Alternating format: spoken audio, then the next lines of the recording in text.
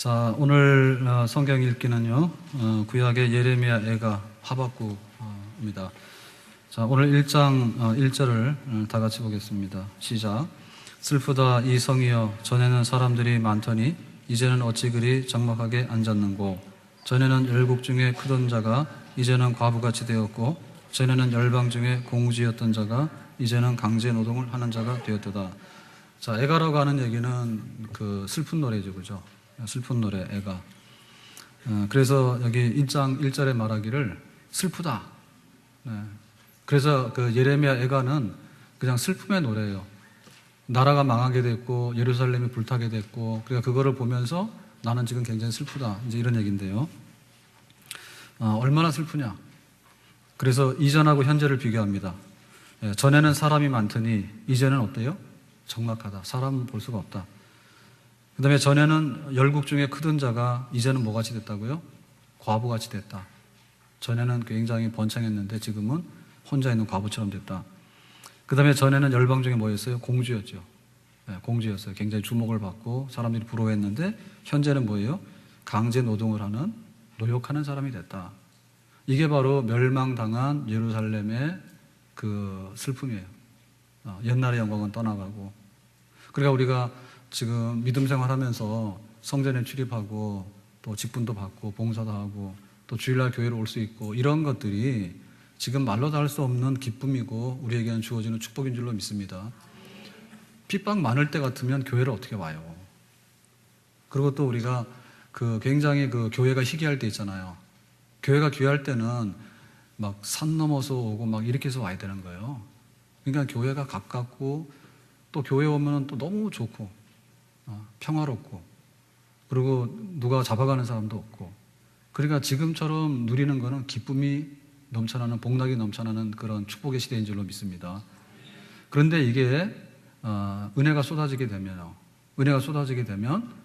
나중에는 잡혀서 노동하는 사람, 과부 같은, 그리고 혼자 가만히 앉아있는, 정말 아무도 찾아오지 않는 그 잿더미 가운데 앉아있는 그런 불행한 일도 얼마든지 닥칠 수 있다는 얘기입니다.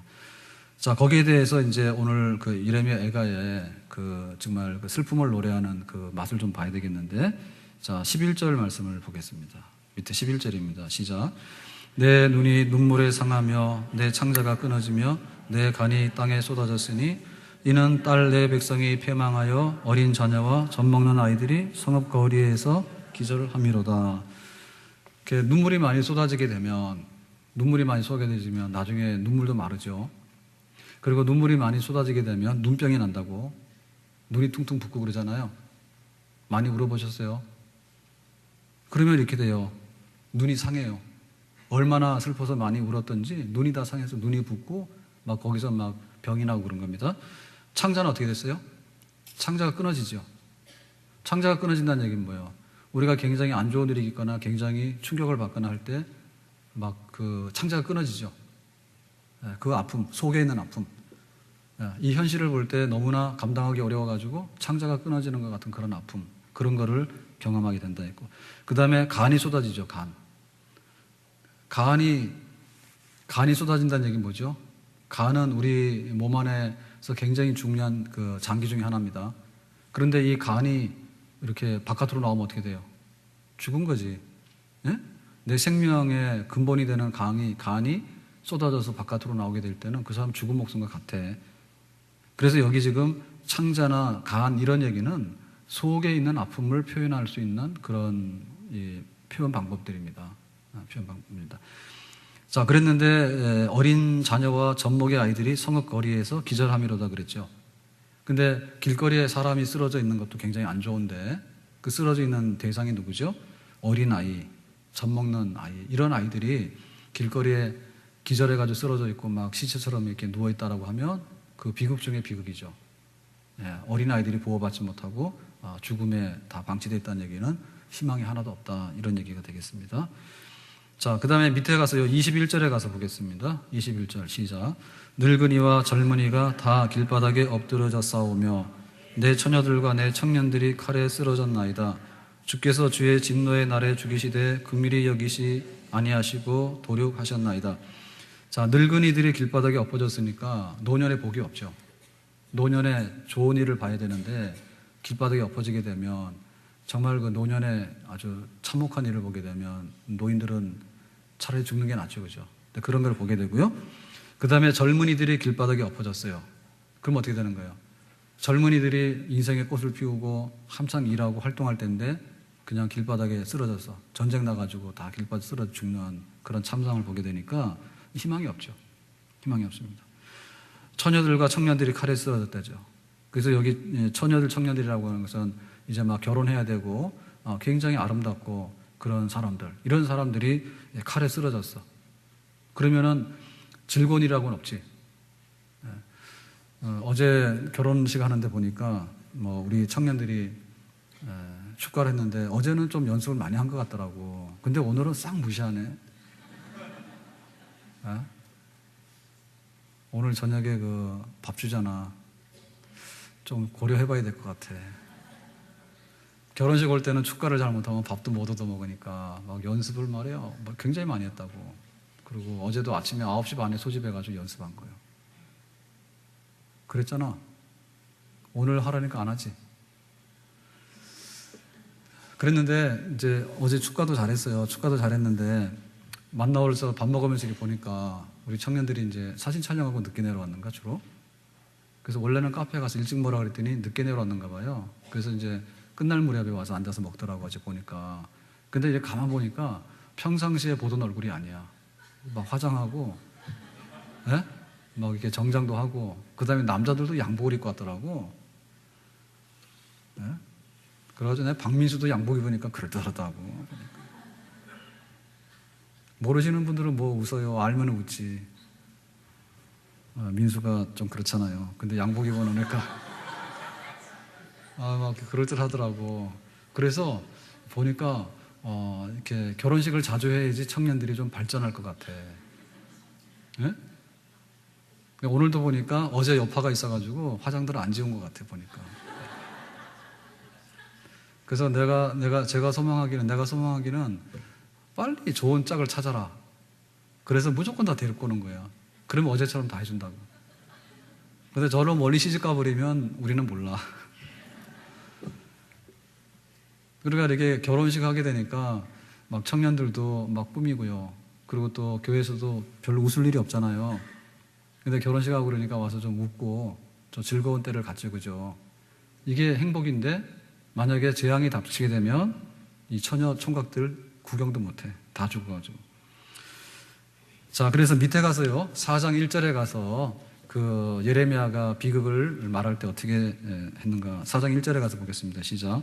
슬프다 어찌 그리 금이 빛을 잃고 순금이 변질하였으며 성소의 돌들이 거리 어디마다 쏟아졌는고. 자, 여기 이제 비교를 했는데 하나는 금이고 하나는 돌입니다.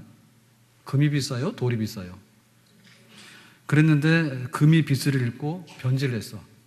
그러니까 하나님 백성들이 그 복된 생활을 할 때는 그야말로 금값이요. 그런데 재앙이 닥쳐가지고 하니까 돌덩이처럼 길거리에 버려지더라. 돌 버릴 데가 없는 돌을 그냥 길에다 갖다 버리는 그런 처지로 그 귀한 사람들이 아주 형편없이 그냥 그렇게 길거리에 방치되는 이런 걸 슬픔을 이제 예레미야는 거기서 본 거죠. 예루살렘이 불타고 성전이 불타버렸을 때 그런 거를 지금 본 겁니다. 자, 밑에 2절도 같이 보겠어요. 시작. 순금에 비할 만큼 보배로운 시온의 아들들이 어찌 그리 토기장이가 만든 질그릇 항아리 같이 여김이 되었는고. 그러니까 여기에 보면은 토기장이가 만든 질그릇은 그릇 중에서는 제일 투박한 그릇이죠. 그런데 원래는 보배로운 거죠. 순금, 금과 같은 그릇이라 하나님 백성들이. 자, 이런 일들을 당했을 때 슬프다라고 하는 거죠. 그러니까 이 슬픔은 뭐 때문에 오는 겁니까? 죄 때문에 오는 겁니다. 그 다음에 죄로 인해서 심판받아서 오는 거예요. 그런데 죄로 인해서 심판받아서 오는 건데 이거를 충분히 막을 수가 있었어요. 충분히 막을 수가 있었는데 안 들었어. 회개하라 그래도 회개 안 하고요. 뭐 예루살렘이 있으니까 괜찮아. 성전이 있으니까 괜찮아. 그리고 거짓 선지자들이 일어나가지고 괜찮다고 자꾸 거짓말하고. 그러니까 예레미야가 바벨론의 나라가 망하게 될 거니까 회개하든지 차라리 그냥 항복을 하면 화는 아닙니다 그랬는데 회개도 안 하고 항복도 안 하고 막 싸우다가 나중에는 불타버리고 예루살렘이 완전히 회파되는 그런 일이 있잖아요. 그래서 우리는 그 하나님 섬기면서 그야말로 생사, 화복 그러는데 하나님 앞에 잘 쓰면 생이고 복입니다. 그런데 하나님 눈 밖에 나서 하나님과 거꾸로 가게 되면 나중에는 화가 되고 그 다음에 죽음밖에 없는데, 화가 되고 죽음이 왔을 때 그 처참한 광경이라고 하는 것은 우리가 이루 말할 수 없는 거거든요. 그래서 우리가 그거를 두려워하고 하나님 앞에 바로 서는 거를 우리의 전업으로 알고 하나님 앞에 바로 서는 것이 내 신앙의 생명이다, 그렇게 알고 정말 하나님 앞에 믿음으로 바로 설 수 있기를 주의 이름으로 축원합니다. 이 시대가 악해지면은 그래요. 노아 시대 때 홍수 심판한다 그러니까 사람들이 비웃었어요. 시집가고 장가가고 먹고 마시고 이렇게 하면서, 야, 멀쩡한 하늘에 무슨 비가 오냐, 비가 오더라도 조금 오다 말겠지, 그렇게 생각했다고요. 그러니까 그게 그냥 끝까지 가버리니까 나중에 하나님께 진짜 홍수를 보내가지고 세상에 다 잠기도록 했잖아요. 그러니까 지금도 우리가 살아가는데 보면은 우리가 우리의 비극이 끝난 지가 얼마 안 됩니다. 그래서 연세 많으신 분들은 6.25 때 참상도 받고요. 그리고 그 이전에 우리가 그 일제 식민지 시대의 고통도 봤어요. 그러니까 지금 뭐 위안부 할머니 이런 분들 보면 그분들에게 있어서는 정말 지옥 같은 생활이었어. 근데 다 잊어버렸다고 우리는 이미. 예? 다 잊어버리게 되고, 개천절 그러면 개천절도 잘 모른다며 요즘에는. 예? 한글날 그래도 한글 잘 몰라. 다 영어만 쓰니까 귀한 걸 모르는 거예요. 8.15 광복절 그러면 광복이 뭔데 그러고 그건 잘 모르고요. 그러니까는 우리가 누리고 있는 이 행복과 이런 축복들이 얼마나 귀한가를 알아야 되는데, 만약에 이게 엎어지게 되면 나라 없는 백성이 되고요, 나중에는 정말 다 잡혀가는 백성이 되고, 나중에는 먹고 살지도 못해가지고 참 고통받는 백성이 되는데, 그 우리 앞에 눈물 흘릴 일이 오기 전에 그거를 피할 수 있는 그런 경건한 마음 가지고 알곡으로 신앙생활을 잘해야 될 줄로 믿습니다. 원래 쭉정이들은요 간 커요. 그래서 쭉정이가 너 거기 그렇게 하면 안 돼 그러면요 그럽니다. 지금 당장에 그 가을 돼가지고 배기 전에는요 쭉정이들이 원래 더 키가 커요. 그 쭉정이들이 원래 더 모양이 잘 나요.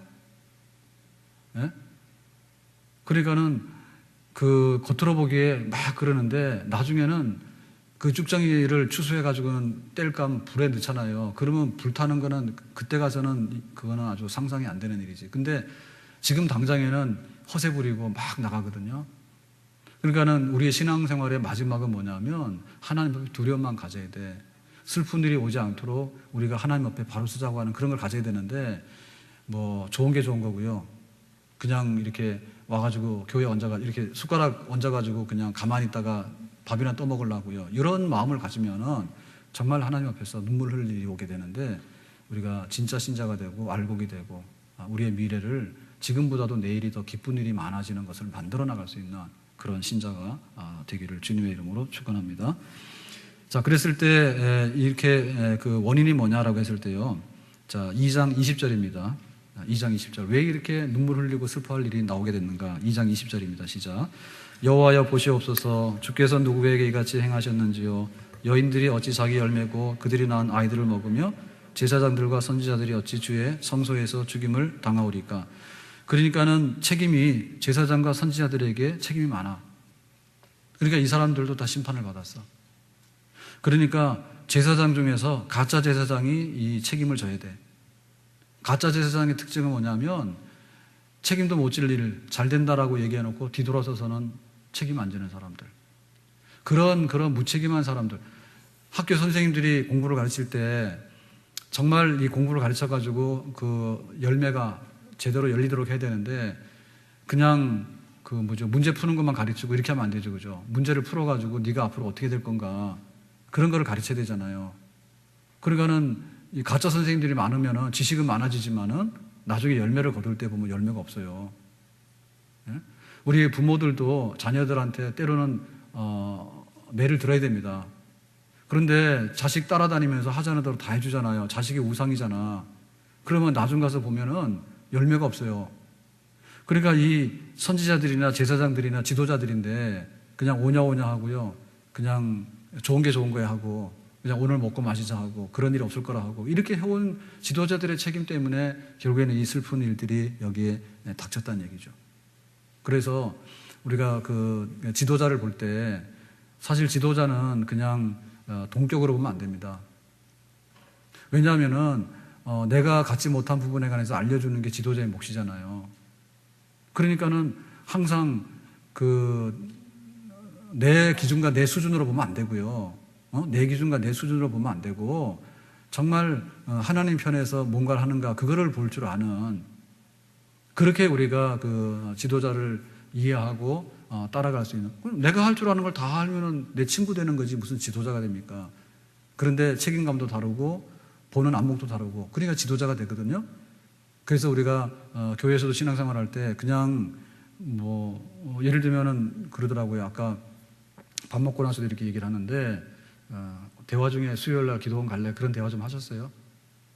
대략 조사해 보니까 대략 알고 있어요. 제가 얼마나 가는지 알고 있는데, 예를 들면 수요일 날 기도원 가자 하는데 기도원 못 갈 이유가 있는 사람이, 이유가 없는 사람은 없죠. 다 있습니다.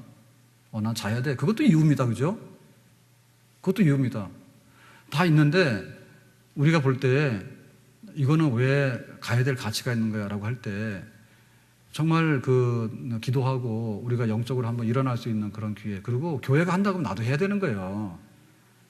교회가 하면 나도 하는 거지 그거 다른 거 해가지고 그날 더 나올 일이 뭐가 있어요. 그리고 남편이 되든 아내가 됐든 간에 말 안 들으면 확 해야 됩니다. 예? 아니 다른 거는 다 이기면서 왜 그거는 집니까? 참 이상하더라고.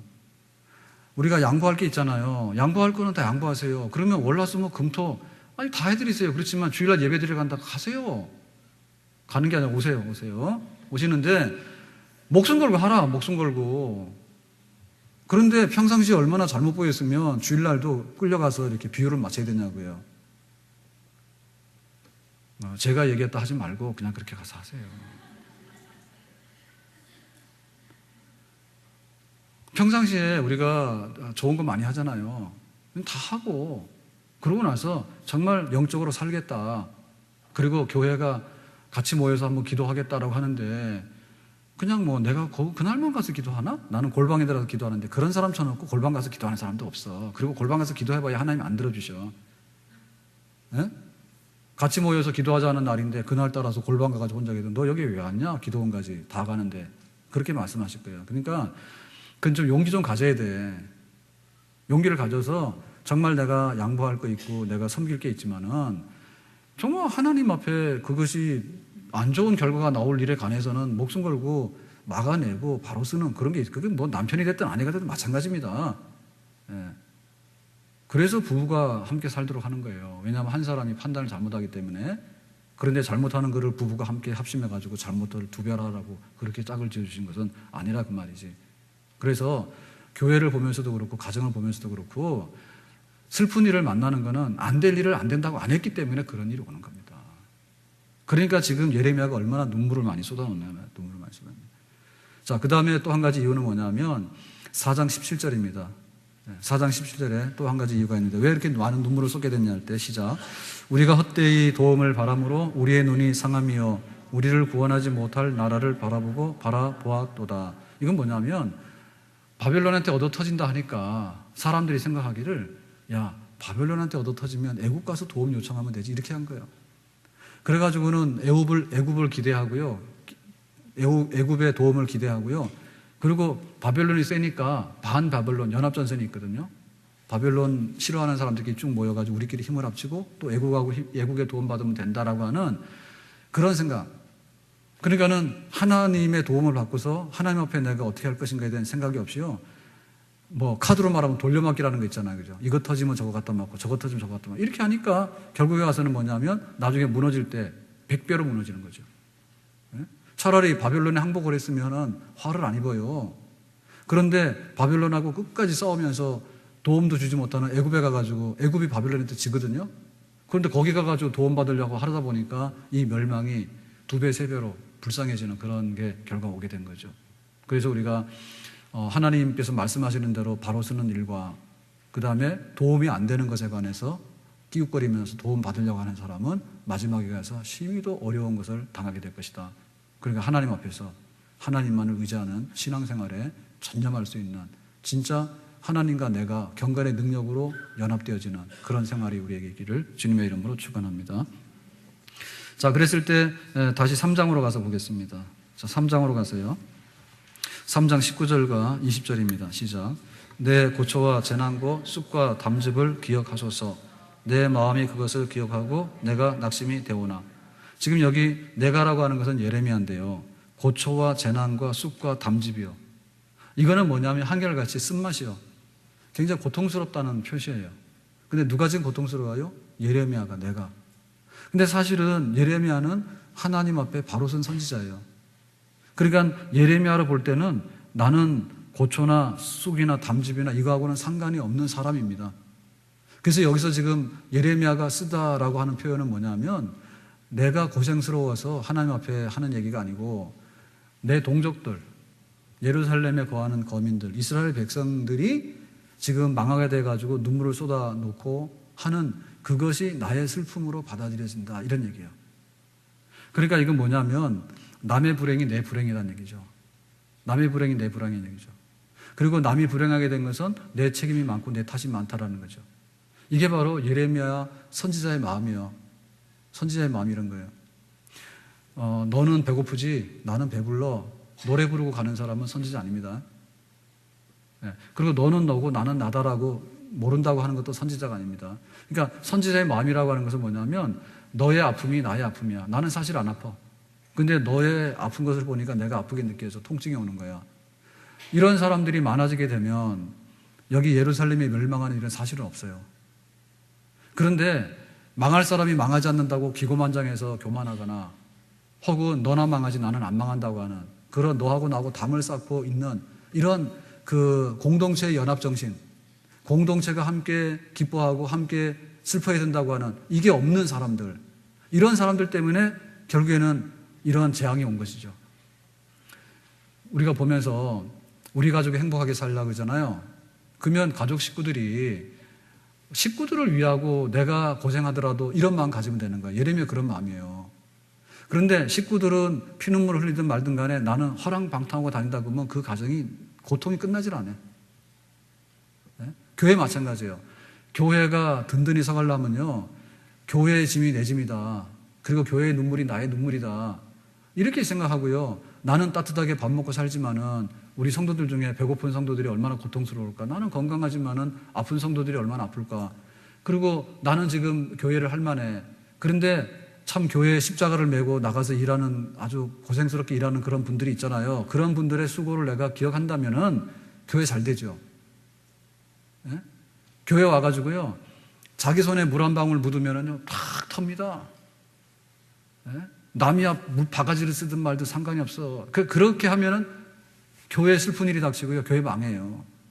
하나님 기뻐하지 않아요. 그러니까 우리의 심성과 마음이 굉장히 좋아야 되는 거예요. 전도를 하는 사람하고 못하는 사람 특징이 뭐냐면, 전도를 하는 사람은 저 사람의 영혼을 불쌍히 여기는 거예요. 자기는 모르죠. 나는 교회 안 가도 잘 산다고 믿고 있는 사람이에요. 그런데 우리가 볼 때 전도의 영을 가진 사람은요, 네가 예수 안 믿으면 세상의 모든 걸 가졌어도 나중에는 후회할 일일 거야. 그렇게 그 영혼을 불쌍히 여기는 마음이 있기 때문에 우리가 포기하지 않고 끝까지 중보기도 하고 그를 주님 앞에 인도하려고 하는 수고로 하는 겁니다. 아멘. 그래서 우리 11월 달에도 이 새생명 가을 축제가 있는데요. 사실은 문제가 뭐냐면 그 안 믿는 사람들의 영혼을 불쌍히 여기는 마음이에요. 안 믿는 사람들을 불쌍히 여기는 마음이 있어야 되는데, 나는 교회를 다니는데 내 신사가 뭐야?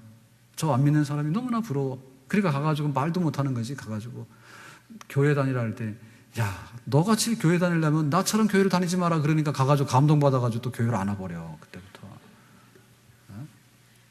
도대체 내가 불쌍한 거냐, 네가 불쌍한 거냐? 네가 불쌍하지만은 너의 불쌍한 것이 나의 그 마음이다라고 해가지고 정말 우리가 깨닫게 하고요. 그렇게 해서 잘 인도하려면 그런 마음이 있을 때, 영혼을 불쌍히 여기는 아픔이 있을 때 우리에게 전도의 그런 역사가 나타나게 되는 것이죠. 예레미야 선지자는 그랬습니다. 그래서 많이 울었어요. 근데 막상 죄를 지어서 울어야 될 사람은요, 희희낙낙하고 다니는 거예요. 그게 모순이요. 그러니까 이 세상에는 그런 모순이 굉장히 많아요. 그렇지만은 그 모순 속에서 진리를 발견하는 사람은 정말 복 있는 사람인 줄로 믿습니다. 우리 가끔 뉴스에 보면 그런 거 나오잖아요. 그 회사에서 기밀 빼내가지고 굉장히 뭐 고급 비밀을 빼가지고 막 뭐 현대자동차나 뭐 삼성이나 혹은 뭐 조선소 이런 거 빼가지고 말이에요. 뭐 1억 2억 받고 갖다 중국에다 팔아버리고 그런 거 나오잖아. 그러니까 자기가 그거 1억 2억에 팔았을 때는 자기한테는 도움이 될지 몰라도 그런 기술을 개발하려고 그러면 몇 천억이 들거나 몇 조가 들잖아요. 근데 그걸 그렇게 헐값에 팔 수 있습니까? 예? 그런데 내가 돈 지면은 나는 만세 부르고 너는 죽든지 살든지 모른다는데 그런 사람 10만 있으면요. 나라 다 망해버려. 나라 다 망해버려. 세금을, 소득이 굉장히 많은 사람이 세금을 많이 내야 되잖아요. 그런데 소득이 많은데도 세금을 안 낸 사람도 있잖아요. 모순이거든요. 그런데 그러면 우리 같은 사람 뭐냐? 없는 사람들. 예? 그리고 막 월급 받는 사람들은 투명하니까 세금을 꼬박꼬박 떼잖아. 그렇지만은 그런 거 뗄 때 그래도 내가 돈 많이 벌면서도 안 내는 사람이 있지만 그래도 나라도 이거 내니까 나라가 서간다라고 하는 그런 마음 가지고 우리가 이렇게 시민으로서 우리의 태도를 잘 갖출 때 그런 나라가 바로서는 그런 나라가 될 수 있는 줄로 믿습니다. 부자들도 세금 안 내는데 가난한 데가 뭐 내냐고. 그렇게 해버리면은 결국에는 다 공동으로 멸망하는 그런 게 오게 되는데 오늘 예레미야 선지자가 가졌던 것처럼 너의 슬픔이 내 슬픔이고 너의 짐이 내 짐이다 라고 하는 그런 공동체를 사랑하는 마음에서 흐를 수 있는 진짜 눈물. 내가 아파서 흘리는 눈물이 아니라 네가 아프기 때문에 흘리는 그런 눈물. 그런 눈물이 있을 때 그게 바로 선지자의 눈물이고 그것이 예수님의 눈물인데 그 눈물 속에는 나중에 기쁨이 있고 축복으로 우리에게 돌아오는 줄로 믿습니다. 자, 그래서 이제 그 선지자는 그 공동체의 그 아픔을 자기 아픔으로 받아들이면서 그렇지만은 나에게는 진정한 소망이 있다라고 하는 것을 발견하게 되는데요. 자, 거기 3장 22절입니다. 시작. 여호와의 인자와 긍휼이 무궁하심으로 우리가 진멸되지 아니함이니이다. 23절. 이것들이 아침마다 새로우니 주의 성실하심이 크시도이다. 자, 지금 선지자는 막 눈물을 흘리면서 지금 나라가 망하게 된 것에서 굉장히 고통스러워 하잖아요. 그랬는데 눈물만 흘리는 게 아니죠. 그죠? 다른 사람들이 웃고 있는데 선지자는 지금 눈물을 흘리고 있잖아. 그죠? 그런데 또 다른 사람들은 나라가 망했다 그러면 뭐예요? 이제 끝장났다 그러고 주저앉아 버렸잖아. 그런데 뭐예요? 선지자는 뻘떡 일어났잖아요. 그게 바로 선지자야.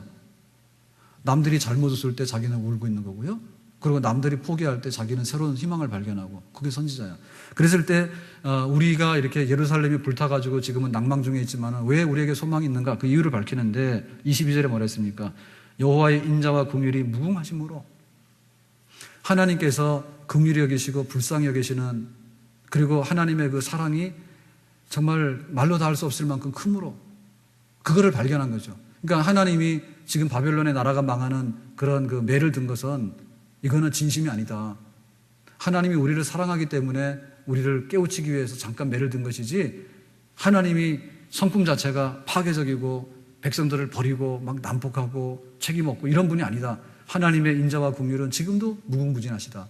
비록 예루살렘 망했지만은 하나님께서 그 자비와 인자와 긍휼을 가지고 이 예루살렘을 반드시 회복해 놓을 것이다라고 하는 그런 하나님의 성품을 읽는 그 선지자의 마음이 있었는데 이것이 귀한 거죠. 그랬는데 그 인자와 긍휼이 어떻다고요? 아침마다 새로우니 주의 성실하심이 크소서. 아침마다 새로운 거예요. 그러니까는 불탄 그 예루살렘을 보고 길거리에 그 널려있는 시체들을 보면서 얼마나 낙담이 되겠어요. 그런데 하나님의 인자와 긍휼은 변함이 없고 그것이 아침마다 새롭다. 그러니까 오늘 하루가 지나면 좀 나아지고 내일이 지나면 좀 나아지고 좀 더 나아진다. 그게 바로 선지자의 그 소망이에요. 우리가 그 깜짝 놀랄 일들이 참 많은데요.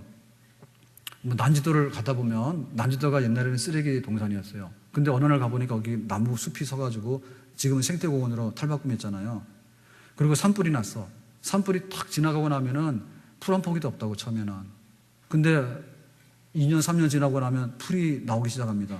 그리고 이제 5년, 10년 지나고 나면 거기서 이제 나무 같은 게 막 나오기 시작합니다. 근데 20년, 30년 가잖아요. 그러면 또 숲이 복원이 돼요. 그러니까는 날마다 아침마다 주님의 인자와 긍휼이 성실하심이 새로운 줄로 믿습니다. 그거를 우리가 가지고 있을 때 선지자의 소망을 우리가 품고 있는 거예요. 그러니까는 어젯밤에는 굉장히 피곤해서 낙심했어. 근데 아침이 딱 되고 나니까 뻘떡 일어나서 기도하고 월화수목 해가지고 너무너무 힘들게 살았어. 그랬는데 주일날 그냥 일어나서 그냥 오늘 제 밥도 안 먹고 교회 왔잖아요. 아, 오늘 큰일 날 뻔했어요. 눈을 딱 떴는데 7시 5분이에요, 집에서. 야, 막 핸드폰 막 알람을 막 다 누르고 잤는가 봐. 시계 알람도 누르고 핸드폰 알람도 다 누르고 무슨 일이 있었는지 모르겠어. 하여튼 간에 눈 뜨니까 7시 5분이야. 그래서 그냥 부지런히 와가지고 밥도 못 먹었어요. 불쌍히 여기세요. 그런데 그래도 교회 오는 게 좋아. 왜냐하면 그래야지 우리 마음이 새로워지는 거예요. 그러니까 하나님께서는 해 뜨면은 새롭게 해가지고 긍휼하심으로 우리를 대해주는 그런 하루의 아침을 하나님께서 여시는 줄로 믿습니다.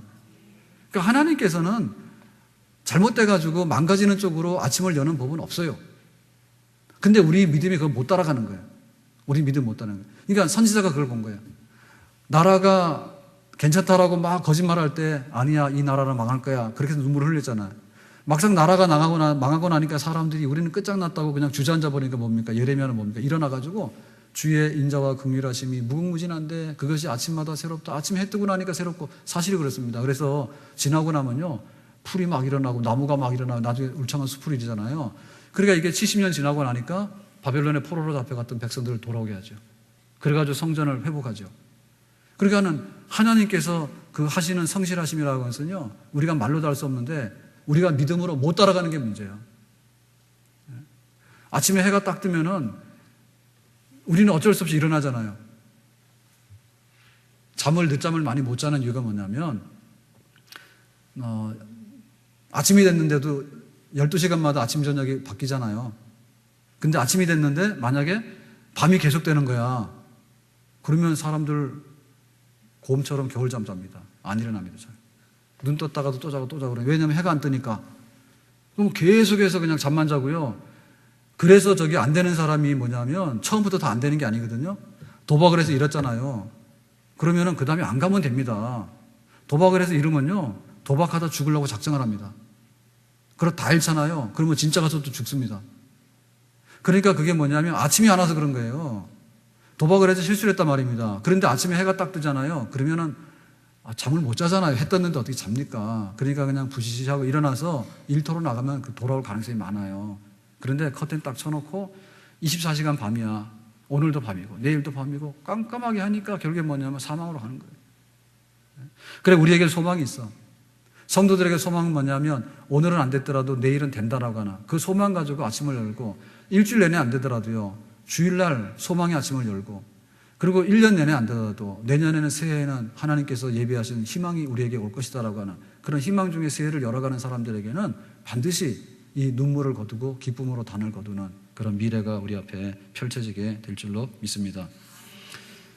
자, 그래서 이제 선지자는 이와 같이 울면서 미래를 이제 기다리게 됐는데요. 26절과 27절이에요. 밑에 보겠습니다. 3장 26절, 27절 다 같이 시작. 사람이 여호와의 구원을 바라고 잠잠히 기다림이 좋도다. 사람은 젊었을 때에 멍에를 매는 것이 좋으니. 그러니까 이건 뭐냐면 그런 소망을 보더라도 그 소망이 현실로 다가오기까지는 뭘 해야 된다고요? 참고 기다려야 된다고. 그러니까 막 펄떡펄떡 뛰면 안 된다고. 그러니까 여기에 보면은 젊었을 때의 멍에를 매는 것이 좋다 했잖아요. 젊었을 때의 멍에. 그러니까는 우리가 가야 될 길이 있으면 그냥 젊을 때 빨리 깨달아가지고 묵묵히 가면 되는 거예요. 그런 자세가 필요해요. 그러니까 우리의 소망이라는 것은 기다림이 없이 이루어지는 게 아니에요. 기다림 없이 이루어지는 게 아니에요. 소망이라고 하는 것은 기다림 속에 이루어지게 되는데 그 기다림이라고 하는 것은요. 무슨 반짝반짝하는 제주가지고 되는 게 아니에요. 제가 체중 관리를 지금 그래도 계속 유지하고 있는데요. 그래서 제가 그래요. 항상 현미밥 먹고 걸어다니면 살찔 일 없다고. 네? 진짜 해보세요. 현미밥을 먹고 그냥 걸어다니면 살 안 쪄요. 근데 그거를 하려면 진짜 단순해야 돼. 단순해야 돼. 그러니까는 진짜 다행이죠. 저희 집사람이 요리사나 돼가지고요. 아침, 저녁으로 메뉴를 바꿔가지고 매일같이 막 바꿔서 막 진수성찬 차려놔 보세요. 그러면 제가 굉장히 유혹을 받을 거 아니에요. 그걸 그냥 현미밥이니까 그냥 우리는 둘이 딱 앉으면은 요즘에 뭐죠? 야채인가 뭐 하는 거 있잖아요. 요새 유행하는 거. 네, 그거 해가지고 뭐 해독 뭔가 있잖아요. 그거. 해독인지 뭔지 하여튼 간에 우리는 야채라 그러는데요. 그거를 먹어. 그러면 둘이서 한 공기 먹어. 그러면 배가 어느 정도 차잖아요. 한 3분의 1 차잖아. 그러면 현미밥 먹어. 그러면 끝. 그리고 그 다음에 뭐냐면 그냥 단순무식하게 아무 생각 없이 걷는 거야. 걸어가다 재미없으면 사람들 얼굴 좀 쳐다봤다가 또 야구하는 날도 야구 좀 봤다가 그러네. 근데 이거 굉장히 단순한 거야. 지루해서 못 살아. 근데 이것밖에는 내가 볼 때 길이 없어요. 왜냐하면 그게 굉장히 좀, 그러니까는 나가서 외식하고 하는 게 상당히 부담스러운 게요. 탈나는 경우 굉장히 많아. 그래가 뭐 해동 야채 그거 해가지고는 먹고, 그 다음에 그냥 햄버거 먹고, 그냥 배부르게 먹어도 살이 안 찌는 게 이상한 거지. 그러고 나서 걸어야 돼. 1시간씩 걷고 돌아다니면 소화도 다 되고 살이 안 찌더라. 그러니까는 하나님께서 우리에게 소망을 주셨는데 아침마다 새롭거든요. 근데 그 아침마다 새로운데 그거를 받아들일 때 멍에를 이렇게 매놓으면은 좀 지고 가야 되는데, 야, 나는 공부 잘해보지. 이렇게 소망을 해놓고는요, 공부하라 그러면 또 집어 던져요, 멍에를. 그리고 하루 하다 안 해. 사흘 하다 안 해. 그러니까 소망이 없어지는 거예요. 그러니까 하나님 앞에서 소망 갖는 것은 그야말로 잠잠히 기다림이 좋다. 네? 교회에서 이렇게 섬겨서 충성하는 일꾼들을 보면 잠잠히 기다리는, 그냥 무던하게 기다리는 사람, 그런 사람들이 소망을 다 이뤄. 우리 지금 장로님들 몇 분 계시는데요. 그래도 10년, 근 20년 이렇게 교회를 섬긴 분들이야. 근데 보면 특별한 재주 있는 분 없어. 특별한 재주 있는 분이 없어요. 그냥 그렇게 교회가 사건이 나든 엎어지든 뒤집어지든 간에 그러고 그냥 이렇게 멍에를 메고 오니까 온 것이지, 그때마다 들었다 놨다 다 했으면은 남아있는 게 뭐가 있냐고. 미인방명이라는 얘기 맞거든요. 재주 좋은 사람들이 다 엉뚱한 짓 합니다. 그냥 살 빼려면 현미밥 먹고 그냥 걸어가세요. 다른 거 생각하지 마세요. 가가지고 막 가서 어디 등록해가지고 뭐 하고 말이야. 키로당 10만 원씩 내고 말이야. 온갖 거 다 하고 말이야. 그래야 잘된 사람 없어. 교회 섬기면서 하나님 소망 중에 걸어나가는데 잠잠하라. 그리고 젊을 때 멍에를 메놨으면 그냥 멍에를 가만히 메고 있어라. 자기 꾀에 자기가 넘어가지 말고. 그렇게 눈물 중에 소망 중에 그러나 기다리는 중에 살아가게 될 때 주님께서 이 선지자가 겪었던 그 너머에 있는 소망이 우리에게 현실로 다가오는 그런 역사가 있게 되는데, 이 예레미야 예가를 많이 읽으면요 정말 우리가 마음이 깨끗해지게 돼요. 그리고 정말 하나님과 우리가 가까워지게 되는. 그래서 지금 우리 신앙생활을 못하는 이유 중에 하나는 눈물이 없어서 그래. 신앙생활 중에서 못하는 이유가 뭐냐? 눈물이 없어서 그래요. 그러니까는 기도할 때만 눈물 흘리는 게 아니고요, 우리가 세상을 보면서 저 멸망의 세상이 그렇게 부럽지 않다. 저 멸망당할 세상이 그렇게 부럽지 않다라고 하는 거, 저 멸망당할 세상을 보면서 너무나 안타깝다라고 하는 거, 그런 마음 갖고, 그리고 하나님께서 어떻게 우리를 날마다 새롭게 하시는가에 대한 소망을 갖고, 그리고 소망 중에 오늘 인내를 계속해가지고 단순하게 그러나 반복적으로 끊임없이 가야 될 길을 걸어가는 그런 믿음의 길을 걸어가게 될 때 우리 앞에는 정말 영광스러운 미래가 펼쳐지게 되고 나의 갈 길을 다 가게 되는 신앙의 승리자 자리에 우리가 반드시 서게 될 줄로 믿습니다. 자, 하박국으로 가서요 1장 3절을 보겠습니다. 하박국 1장 3절 시작. 어찌하여 내게 죄악을 보게 하시며 표역을 눈으로 보게 하시나이까. 겁탈과 강포가 내 앞에 있고 변론과 분쟁이 일어났나이다. 앞에서는 뭐예요? 슬프다죠. 예레미야 애가는. 그러니까 예레미야 애가 그러면 슬프다 그거 하나만 하면 다 되는 거예요. 자, 그러면 하박국 선지자는 뭐죠? 어찌하여 하면 다 되는 거예요. 자, 어찌하여라고 하는 말은 뭐냐면 우리가 하나님 섬기면서 궁금증이 많고요, 때로는 질문하고 싶은 게 많아요. 네? 왜냐하면 현실 속에서 하나님하고 이렇게 맞춰보면 안 맞는 게 있는 것처럼 보인다니까. 그 정상이에요. 성경을 보면 의심스러운 게 있고요. 왜 악한 자가 번영하게 될까? 악한 자가 번영하게 될까? 그리고 하나님께서 우리 기도를 들으시는데 왜 지금은 역사 안 하실까? 그런 궁금증들이 많거든요. 그게 뭐냐면 어찌하여요. 하나님, 내가 할 말 많은데요, 어찌하여 그러십니까? 그게 이제 하박국 선지자가 나와서 하나님께 하는 말이거든요. 하나님, 대답 좀 하세요. 제가 질문 던집니다. 어찌하여? 자, 그랬을 때 지금 여기 두 가지로 보게 돼요. 하나는 뭐냐면 나라가 이제 망하기 직전이거든요. 바벨론에. 그럴 때 내부적인 모순을 많이 본 거예요. 하나님의 말씀을 지키라 했더니 하나님 말씀을 안 지켜. 그런데 안 지키는 자들이 다 잘 살아. 하나님 말씀대로 살려고 하는 사람 별로 없어. 근데 하나님 말씀대로 산다 하더라도 대접도 못 받아. 그러니까 뭔가 세상이 거꾸로 갔다는 얘기죠. 모순이다, 모순. 하나님이 공의로우시고 정의로우시면 이게 왜 이렇게 거꾸로 갑니까? 그거를 보게 된 것이고요. 두 번째는 뭐냐면, 자, 1장 11절입니다. 밑에 11절 시작. 그들은 자기들의 힘을 자기들의 신으로 삼는 자들이라. 이에 바람같이 급히 몰아 지나치게 행하여 범죄하리라. 여기 자기들의 힘을 신으로 삼는다는 얘기는 바벨론을 두고 하는 말입니다. 바벨론 사람들은 강력한 군사력을 가지고요, 세계를 휩쓸었어. 여기 지금 급한 바람처럼 와가지고는 나라를 치고요, 나라를 짓밟고요, 정복하고요. 그런 사람들이야. 그러니까 내 힘이면 다 된다. 하나님이고 뭐가 없다. 내가 다 하나님이고 뭐고 다 무너뜨릴 수 있다. 이러한 바벨론 같은 나라들이 와가지고 우리를 정말로 파괴시키고 멸망시킨다면, 하나님 왜 이방인들이 와서 우리를 침략하게 되고 우리가 그 사람들한테 멸망을 당합니까? 이거는 뭐가 잘못된 거 아닙니까? 예?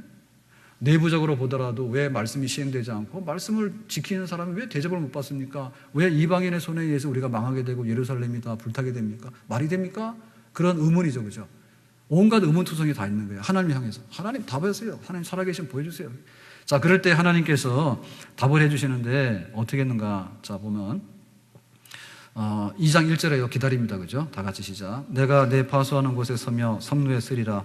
그가 내게 무엇이라 말씀하실는지 기다리고 바라보며 나의 질문에 대하여 어떻게 대답하실는지 보리라 하였더니, 그러니까 그 파수꾼이 새벽을 기다리는 것처럼 하나님께서 어떻게 대답하시는지, 나의 그 질문에 대해서 하나님께서 어떻게 말씀하실지에 대해서 정말 갈급해가지고 이제 막 눈이 빠지는 겁니다. 자, 그랬을 때 드디어 하나님의 답변이 돌아왔어요. 자, 그 내용이 뭐냐? 밑에 4절인데요. 다 같이 읽습니다. 시작. 보라, 그의 마음은 교만하며 그 속에서 정직하지 못하나 의인은 그의 믿음으로 말미암아 살리라. 그러니까는 교만한 자, 정직하지 못한 자, 이런 자들은 하나님께서 말씀하신 대로 멸망과 심판이 임할 거다. 그런데 너희 믿는 의인들, 믿음의 사람들, 하나님의 법도를 지키면서 기다리는 사람들, 소망 중에 기다리는 사람들, 그리고 지금은 나라가 망했지만은 앞으로 나라가 회복될 것을 기다리는 사람들, 그리고 바벨론 나라가 와서 우리를 쳤지만은 하나님께서 바벨론을 멸망시키고 우리 하나님 백성들을 다시 회복할 거라고 하는 것을 믿는 사람들, 믿음의 사람들, 이 믿음의 사람들에게 있어서 믿음으로 말미암아 사는 역사가 앞으로 나올 것이니까 그 점에 대해서 의심하지 말고 이 믿음 지키고 믿음에서 믿음으로, 믿음에서 더 큰 믿음으로 앞으로 진보해라. 네 질문이 틀린 게 아니니까 그대로 되어질 거니까 믿고 행하도록 해라. 믿음으로 살리라. 하나님께서 주신 답변입니다. 아멘. 그러니까 우리가 하나님을 믿는데 우리의 믿음의 결말에 대해서요, 우리가 의심하면 안 돼요. 믿음으로 되리라고 하는 것에 대해서요, 지금은 바벨론 나라가 더 큰 것 같고 지금은 악한 자들이 예루살렘을 다 휘어잡는 것 같아요. 그런데 하나님께서 이 예루살렘을 파괴시켜가지고 성전 불태운 다음에 그 백성들을 회개시킨 다음에 바벨론도 칠 것이고 여기에 잘못된 제사장들이나 여기 선지자들 다 칠 것이고 온전한 백성들을 회복해가지고 그루터기에서 새싹이 나도록 해가지고 믿음을 가지고 사는 백성이 반듯하게 대접받고 살 날이 오게 되는 미래가 열려질 것이니까 거기에 대해서 조금도 의심하지 말고 지금 믿음으로 행했던 것처럼 앞으로도 믿음으로 가라. 아멘. 이 말씀은요, 하박국의 말씀이 어디로 갔느냐면 로마서 1장 16절로 갔죠. 로마서 1장 16절에 오직 의인은 믿음으로 말미암아 산다. 그러고 갔죠, 그죠? 그래서 이 로마서에 있는 이 말씀이 누구한테 갔습니까? 바울이 로마서를 쓰면서요, 이 말씀이 누구한테 갔습니까? 결국에는 어거스틴한테 간 거예요. 인간의 어떤 공로로 인해서 우리가 하나님 앞에 쓰는 게 아니라 하나님의 은총으로, 불가항력적인 은총으로 쓰게 된다. 어거스틴에 갔고요. 어거스틴에 간 이것이 어디로 갔냐면 종교개혁 시대 때 루터로 간 거예요.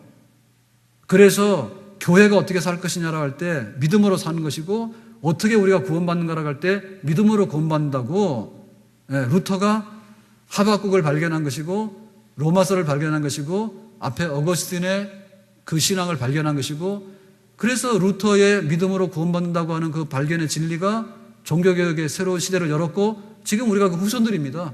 우리가 하박국의 후손들입니다. 하나님 앞에 우리가 어떻게 살 것인가라고 말할 때 믿음밖에 없어요. 내 행위를 자랑해도 하나님 앞에 모자라고요. 내 힘을 자랑해도 하나님 앞에 모자라고요. 내가 어떤 부를 가지고 자랑하더라도 모자라고요. 하나님 기준에 들 거 아무것도 없어. 나는 죄인입니다. 그렇지만 주님께서 예수님의 십자가의 대속의 피로서 나를 건져내시면은 나는 온전한 사람, 믿음의 사람이 될 줄로 믿습니다라고 하는 그 믿음 밖에는 구원의 근거가 달리 없는 줄로 믿습니다. 믿음으로 산다. 그리고 우리가 신앙생활을 계속하는 것은 믿음의 백성인데, 믿음의 백성이 세상에 대해서 답할 말이 뭐냐면 믿음으로 산다는 게 답이에요.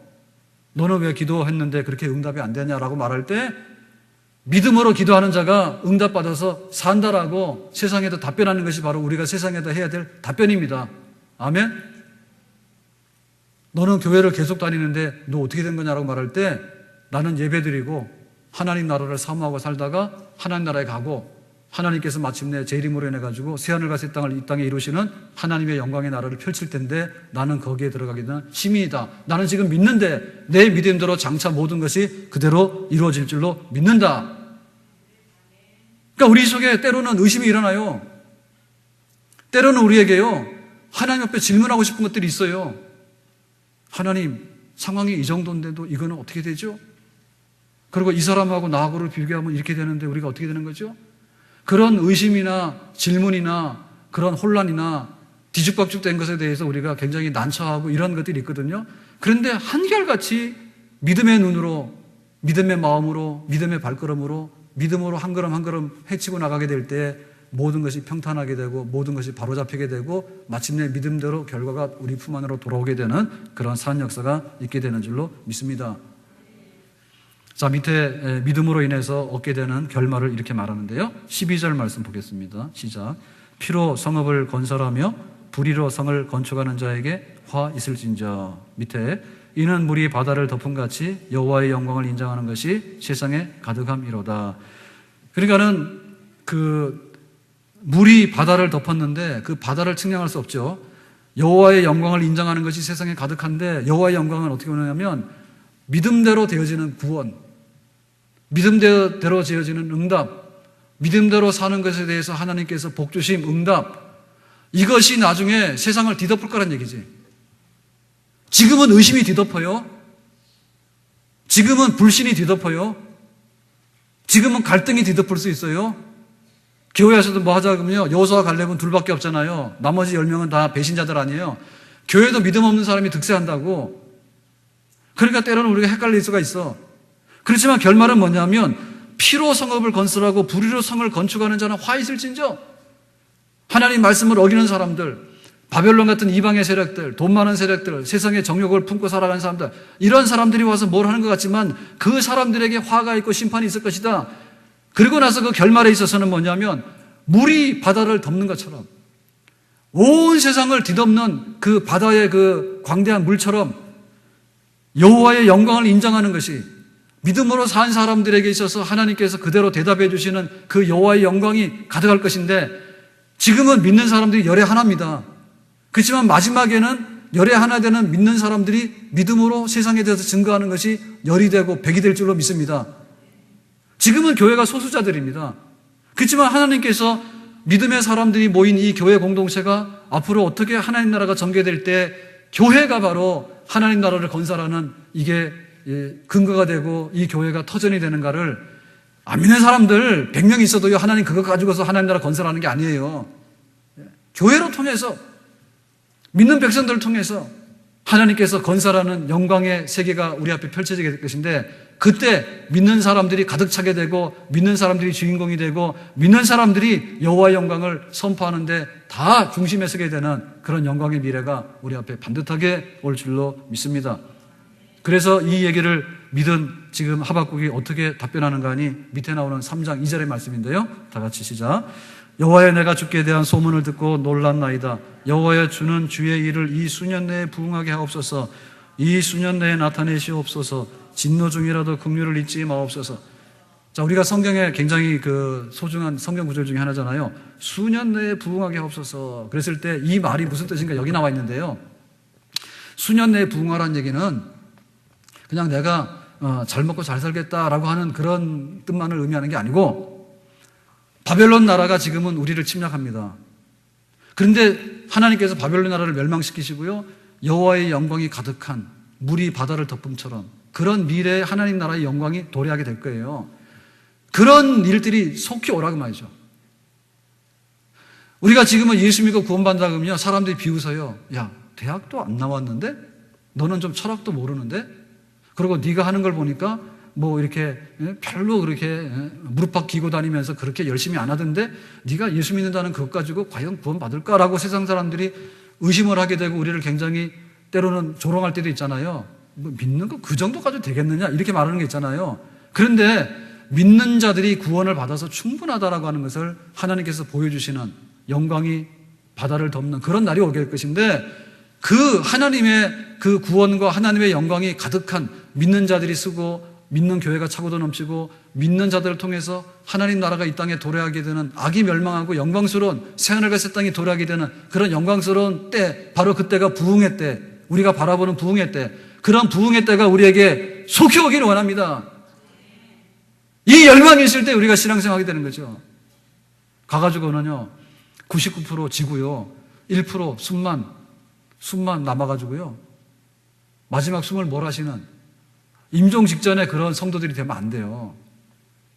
하나님의 구원이 빨리 오기를, 아멘 주 예수여 어서 오시옵소서, 주님의 그 믿는 자들에게 기도 응답해 주시는 때가 속히 오기를, 그리고 우리 믿는 성도들의 가정이 부흥되기를, 그리고 주의 몸된 교회가 부흥되기를, 주님께서 악을 멸하시고 믿음대로 믿는 자들이 쓰게 되는 그 영광의 날이 속히 오기를, 수년 내에 부흥을 주세요라고 하는 그런 열망이 있을 때 하나님께서 이 믿음대로 우리에게 쓰게 되는 그런 부흥의 때를 살아가는 주인공들로 우리를 불러주시는 줄로 믿습니다. 그 주일날 열심히 모여야 돼요. 우리가 세상에 나갔을 때 우리가 소수입니다. 그렇지만 주일날 교회에 올라오게 되면 우리 모든 성도들이 다 하나님 백성들이에요. 하나님 성전에 올라갈 수 있는 주일이 빨리 오기를 원합니다. 그리고 성전에 안 믿는 사람들이 와가지고 다시 하나님의 영광을 볼 수 있는 그런 안 믿는 사람들의 회심들이 우리 교회 안에서 많이 일어나기를 원합니다. 그거 하기 위해서 예를 들면 우리가 새벽마다 깨어 기도하는 것이고요, 우리가 주일마다 모이는 것이고요, 금요일마다 모여서 기도하는 것이고요, 그것도 모자라서 이번 수요일날 기도원 가는 거예요. 수년 내에 믿는 자들이 쓰는 역사가 있도록, 악한 자들이 멸망할 수 있도록, 피를 흘리면서 불의를 일삼는 자들이 마침내 다 무릎을 꿇고 하나님의 영광을 인정하는 자들이 차고도 넘치는 믿음의 선한 싸움을 싸우는 사람들이 이기고 대접받는 그 때가 우리에게 속히 올 수 있도록, 우리가 믿고 살아가는데 안 믿는 사람들한테 지금 우리가 많은 공격을 받고 있잖아요. 네가 잘 사는가 보자라고 보고 있잖아. 우리가 그것을 보여줄 수 있는 때가 속히 올 수 있도록 우리의 입을 넓게 열어가지고 하나님 우리에게 부흥의 때를 속히 허락해 주시고 그 때를 보게 해주세요라고 하는 악망하는 마음으로, 주님의 은혜를 사모하는 마음으로 우리가 힘있게 삼겹절의 역사를 이루고 모여서 기도하는 중에 그 부흥을 열망하는 군대가 되어야 될 줄로 믿습니다. 뿔뿔이 흩어져 가지고요 그냥 기죽어 가지고요 죽지 못해 가지고 겨우 그냥 숨을 헐떡거리고 살아가는, 임종 직전에 그런 거 하면 안 됩니다. 자, 그랬을 때 이제 3장 16절로 가서 선지자는 뭐라고 얘기하느냐. 하박국은 16절입니다. 시작. 내가 들었으므로 내 창자가 흔들렸고 그 목소리로 말미암아 내 입술이 떨렸도다. 무리가 우리를 치러 올라오는 환난 날을 내가 기다림으로 썩이는 것이 내 뼈에 들어왔으며 내 몸은 내 처소에서 떨리는도다. 자, 여기도 보면요 그 바벨론 군대가 침략함으로 인해 가지고 우리에게 올 처참한 광경을 봤단 말입니다. 그랬더니 어떻게 됐는가? 창자가 흔들렸어요. 우리는 창자 흔들린 적 있어요? 창자가 꼬인다 그러나? 너무너무 막 비극적이고 너무너무 충격적인 걸 보게 되면 창자가 터지거나 꼬이겠지, 그죠? 흔들려. 그 다음에 뭐 했어요? 목소리가, 내 입술이 뭐예요? 떨렸어요. 말하는데 그 광경을 제대로 전하지 못해가지고 바벨론 군대가 와가지고 예루살렘을 이렇게 짓밟을 때 그 얘기를 하는데 입이 떨려가지고 말이 잘 안 되는 거예요. 너무나 처참한 광경이 벌어지기 때문에. 자, 그 다음에 뭐 했습니까? 뼈가 뭐 했어요? 썩었어. 뼈 썩었어. 여기 지금 우리 피부가 이렇게 벗겨지더라도 아프잖아요. 예, 우리 피부가 까지면 아프죠? 그런데 이거보다 더 심한 뭐냐면 살점이 떨어지지. 그죠? 근데 이거보다 더 심한 뭐예요? 뼈가 나오지. 살이 쭉쭉 찢으면 뼈가 나오잖아요. 근데 만약에 뼈까지 으스러져가지고 썩으면 어떻게 돼? 그 볼장 다 본 거예요. 그러니까는 창자가 지금 흔들리고 입술이 떨리고 뼈가 썩어져서, 그런 건 뭐냐면 더 다가올 미래의 그 참혹한 광경에 대한 그 압도당한 두려움이에요. 자, 그런데 그것이 결말이 아닌 얘기죠. 하나님께서 믿음으로 사는 자를 세우시고 그들을 심판하시는 미래가 있는데, 그러니까 내가 그런 충격적인 일을 당했다 하더라도 믿음으로 말미암아 사는 사람이 믿음으로 결과를 얻게 되는 그 영광스러운 미래를 어떻게 말하는가. 밑에 17절인데 그거 한번 보겠어요. 시작. 비록 무화과 나무가 무성하지 못하며 포도나무에 열매가 없으며 감람나무 소출이 없으며 밭에 먹을 것이 없으며 우리의 양이 없으며 외양간에 소가 없을지라도 나는 여호와로 말미암아 즐거워하며 나의 구원의 하나님으로 말미암아 기뻐하리로다. 만약에 우리가 그 두려움에 대해서 떨리고 뼈가 썩는 그것만 있으면 우리는 불쌍한 사람입니다. 그런데 믿음으로 말미암아 사는 역사에 대해서 확신하게 되고 물이 바다를 덮음처럼 여호와의 영광을 보게 되는 그 미래의 모든 것들이 성취되게 될 때, 참혹한 그 광경 이후에, 바벨론 군대가 쳐들어왔을 때 참혹한 광경 이후에 일어나는 일에 대해서 무화과 나무가 성치 못하고 포도 열매가 없고 감람나무에 열매가 없고 밭에 먹을 것이 없고 외양간에는 소도 없고 양도 없다 할지라도 하나님께서 악한 자를 물리치시고 그 백성들을 나중에 회복해서 구원시키기 때문에, 그 영광스러운 미래가 희망이 있기 때문에 나는 기뻐하며 즐거워한다 했죠. 이것이 바로 운명의 역전이에요. 역설적인 기쁨이에요. 우리 성도들에게 이게 들어와 있어야 됩니다. 나는 가난한데? 나는 기분이 나쁜데? 혹은 우리에게는 사건이 많아가지고 골치 아픈 일이 많은데? 여기에 우리가 붙들려 있으면 안 된단 말이죠. 역설적인 기쁨, 역전. 그런 일이 있다 하더라도 마지막에 결말에는 사건이 해결될 것이고 질병 치유될 것이고 풍요롭게 될 것이고 성공하게 될 것이고 잘 될 것이고 뜻을 이룰 것이고 하나님께 영광 돌릴 것이고 믿지 않는 자들이 와서 여호와를 인정하며 우리를 인정하며 무릎 꿇게 될 것이고 마침내 주님의 영광이 가득할 것이고 주님의 통치가 든든하게 서가는 미래가 있을 것이라고 생각할 때, 현실이 그렇다 하더라도 그 이후에 오게 되는 기쁨으로 영광으로 맞이하게 되는 미래를 맞이할 수 있는 그런 하나님의 사람이 될 수 있는 줄로 믿습니다. 그러니까 우리가 믿음이 있으면 다 채워지지만 믿음이 없으면 세상에 가지고 있는 다 있더라도 다 뺏겨 아무것도 없는 거예요. 믿음에 부유한 사람, 정말 역설적인 기쁨을 소유하고 역설적으로 그렇기 때문에 패망했지만은 마침내 회복된다고 하는 그 영광을 우리 품 안에 품고 나갈 수 있는 그런 우리 영이 살 수 있는 그리스도인 되기를 주의 이름으로 축원합니다. 자, 마지막 말씀입니다. 시작. 주 여호와는 나의 힘이시라 나의 발을 사슴과 같게 하사 나를 나의 높은 곳으로 다니게 하시리로다. 자, 그래서 이제 그 하박국 선지자는 말하죠. 나는 사슴과 같다. 높은 곳에 다닌다. 지금 여기 사슴이 높은 곳에 다닌다는 얘기는 뭐예요? 사슴이 높은 곳에 다닌다는 얘기는 지금 막 이렇게 뒤죽박죽 돼가지고 악인이 득세하고 바벨론이 와서 막 예루살렘 불지르고 하는 그런 일이 있는데, 알고 봤더니 내가 그 안에서 다 이렇게 불의에게 휩쓸리고 바벨론 군대에게 멸망당하고 끝날 그런 사람이 아니고, 알고 봤더니 그거는 산 밑에서 일어나는 일이고, 사슴이 제일 높은 곳에 올라가는데, 여기 말하는 사슴은 뭐냐면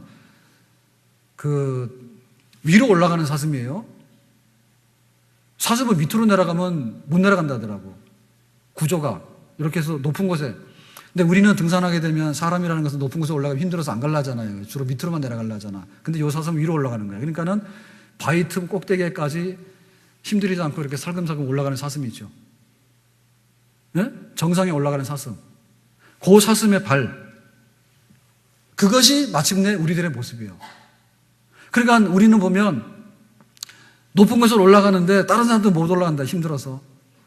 근데 믿음으로 사는 사람들, 하나님의 마지막 영광의 결말을 믿는 사람들, 어떠한 시련이 오거나 어떤 역경이 오거나 어떤 높은 언덕이 있거나 어떤 그 돌뿌리가 있더라도요, 사슴은 이 코끼리 같은 거는 못 가지. 그래서 우리 믿는 사람들도 보면 그 코끼리 이런 사람도 안 돼. 예? 요거는 호랑이라도 여기 올라가는 게 아니에요. 높은 곳에 올라가는 건 사슴밖에 못 올라가. 다 사슴 되기를 바랍니다. 발이 높은 곳으로 가야 돼. 높은 곳으로 올라가야 돼요. 아무도 못 따라오는 곳에, 안전한 곳에, 세상에서 전쟁이 나도 세상에 무슨 일이 있든 간에 올라가서 가만 보면 세상이 별거 아닌 거. 나중에 하나님께서 다 만들어 놓으시는 거. 그거를 누릴 줄 아는 사람. 사슴의 발. 성도들의 발은 사슴 발이에요. 그 다음에 뭐가 있습니까? 독수리의 날개침이 올라간 것 같은 거죠. 그러니까 우리 교회에서 키워야 될 건 뭐냐면 사슴하고요, 독수리요. 그 다음에 또 하나 키워야 될 게 있어요. 들소. 평지에서요, 앞으로 가는 거는 들소가 1등이에요. 밀고 나가는 힘은 들소가 1등이에요. 그러니까 교회에서 딱 3개 키우는데요. 들소. 셋 중에 하나 해야 돼. 들소 할 사람 손 들어봐요. 이성영 권사님 들소? 예. 그 다음에 독수리. 독수리 할 사람 손 들어봐. 뭐요 도대체. 그러면 다, 그 다음에 사슴 할 사람 손 들어봐. 사슴. 다 사슴이야? 오늘 사슴이었다고 사슴이 많네. 손 안 든 사람들은 뭐요? 잡종인가? 우리 성도들이 그거예요. 갈 때는요, 그냥 앞만 보고 가는 들소 있잖아요. 얼마나 힘이 있습니까? 독수리는 뭡니까? 날아가는 거거든요. 하늘을 제피하는 거예요. 그러니까 땅에 있는 이런 들짐승들하고는 상대가 안 돼. 하늘을 나는, 위로 올라가는 짐승이에요. 그리고 사슴 뭡니까? 체구는 작잖아요. 날렵하잖아요. 근데 위로 박차고 올라가는 힘이 얼마나 센지 몰라. 요런 종류. 요거만 우리 성도들이고요. 나머지는 우리 아닙니다. 몰라 나도. 오늘 믿음으로 살아서 때로는 사슴처럼, 때로는 독수리처럼, 때로는 들소처럼 정말 믿음으로 사는 백성들이 영광을 차지하는 그 자리에 우리 모두가 서기를 주님의 이름으로 축원합니다.